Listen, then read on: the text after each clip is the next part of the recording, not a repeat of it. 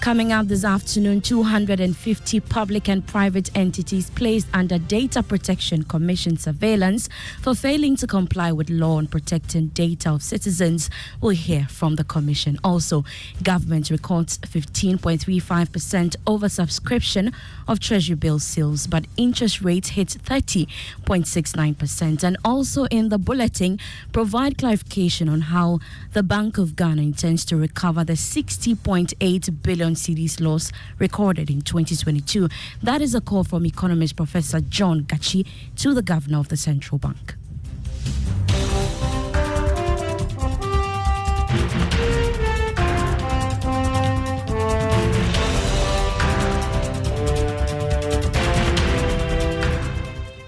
I am Beverly Brom. We settle for the details now.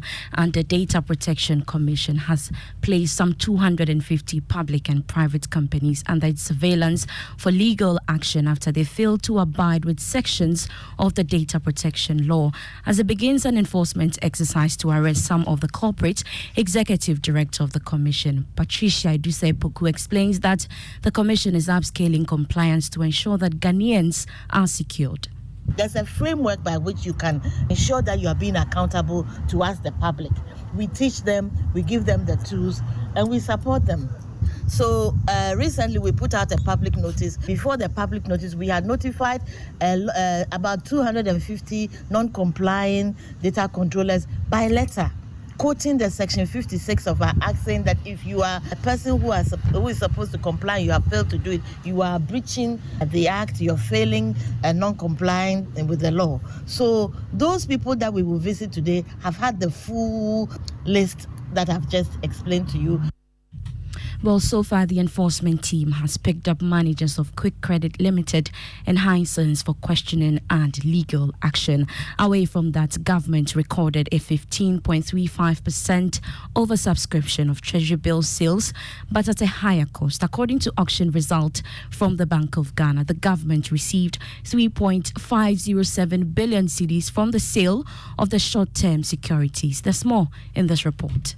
Total bids tendered were estimated at 3.53 billion cedis. Chunk of the T-bill sale came from the 91-day bill. About 2.52 billion cedis was secured as government accepted almost all the bids. This time around, the bids received for the one-year bill were over 3 times more than that of the 6-month bill. Indeed, 747.8 million cedis were the bids tendered, but the government accepted 721 million cedis of the bids offered. Meanwhile, interest rates shot up across the yield curve, whilst the 91-day bill went up to 26.09% from 25.57% the previous week. That of the 182-day bill rose by 0.31% to 27.59%. The 364-day bill also reached 30.69% from the 30.49% recorded the preceding week. Analysts anticipate that the rising interest rates will continue till government conclude the debt restructuring exercise. You heard their Business Desk report. Now, economist and dean of the University of Cape Coast Business School, Professor John Gachi, is asking the Bank of Ghana to clarify how it intends to recover the over 60 billion cedis loss it incurred last year as a result of the domestic debt exchange program. He argues that the justification given by the central bank over the past few days leave much to be desired, hence the need for more clarification.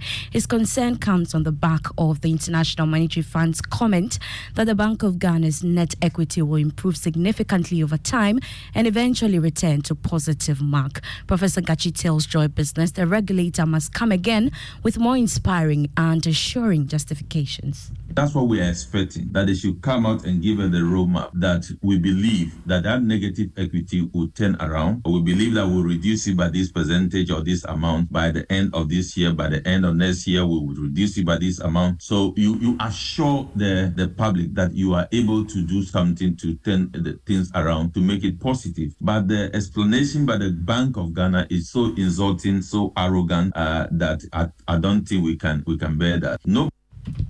You heard economist and dean of the University of Cape Coast Business School, Professor John Gachi. Now, industries say they are still worried about the state of the economy and how it is impacting on their operations. This is coming after the Finance Minister, Ken Ofori-Atta, claimed that government has turned the corner when it comes to the stability of the economy. But President of the Association of Ghana Industries, Dr. Humphrey Yimdake, maintains that economic indicators are still not good enough and not helping their situation. The macroeconomic indicators as a trend of concern to the business community in terms of the direction. We're concerned because we are fairly aware that private funds and financing do not thrive in uncertainties. And therefore, if the inflationary rates keep trending as it is, and as at a couple of days ago, the statistician also demonstrated that, yes, the fundamentals are still weak and the inflationary basket is still up on the hill. That is a real concern to the business community. So once those rigidities are not worked on, if we don't find a way to resolve those bottlenecks, it affects the real sector. So as I've painted this, and we all know what is happening, per the data as exhibited, it tells you that the business concern is legitimate per the indicators.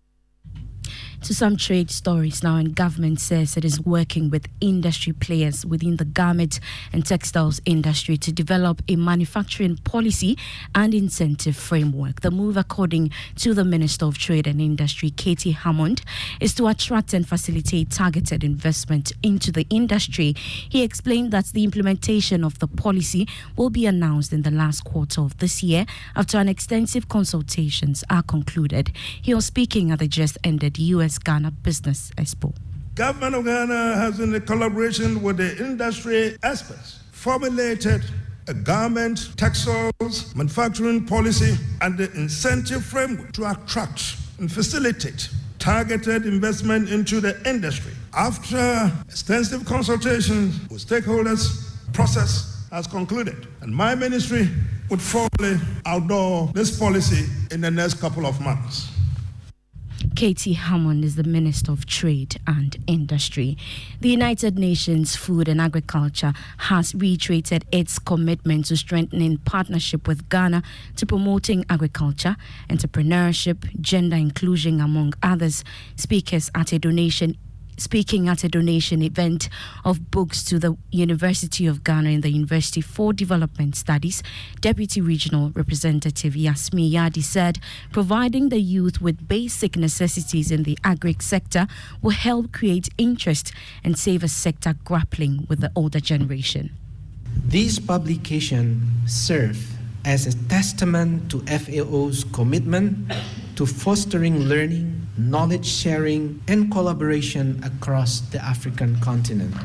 These academic resources span wide spectrums. As you go and dive into this publication, you will find publications about agriculture, agribusiness, climate change, gender, biodiversity, entrepreneurship, and many more. Within these pages lie the potential to empower students. Now, for your money tip on Money Lab, let's now hear from Kofi Poli, Chief Operations Officer of People's Pensions Trust, as he explains some benefits of Provident Fund schemes for employers.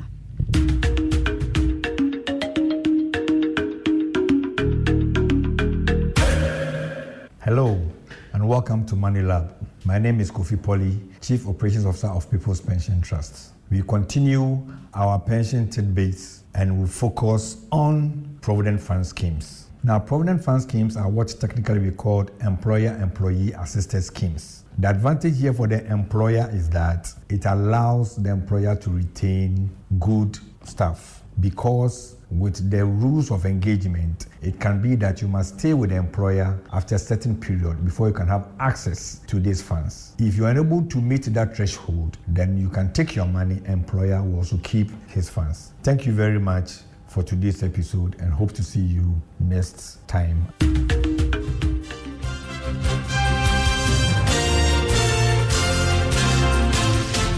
You heard there Kofi Poli. He is the Chief Operations Officer of People's Pensions Trust. Ending the Joy Business Report, brought to you by EcoBank, the Pan-African Bank. Do follow us on all our social media pages, including LinkedIn. Now, the EcoBank Salary Account is a special account designed for workers of all income brackets desirous of receiving their salaries through EcoBank. With the EcoBank Salary Account, you are guaranteed all the benefits of a normal savings or current account plus many more.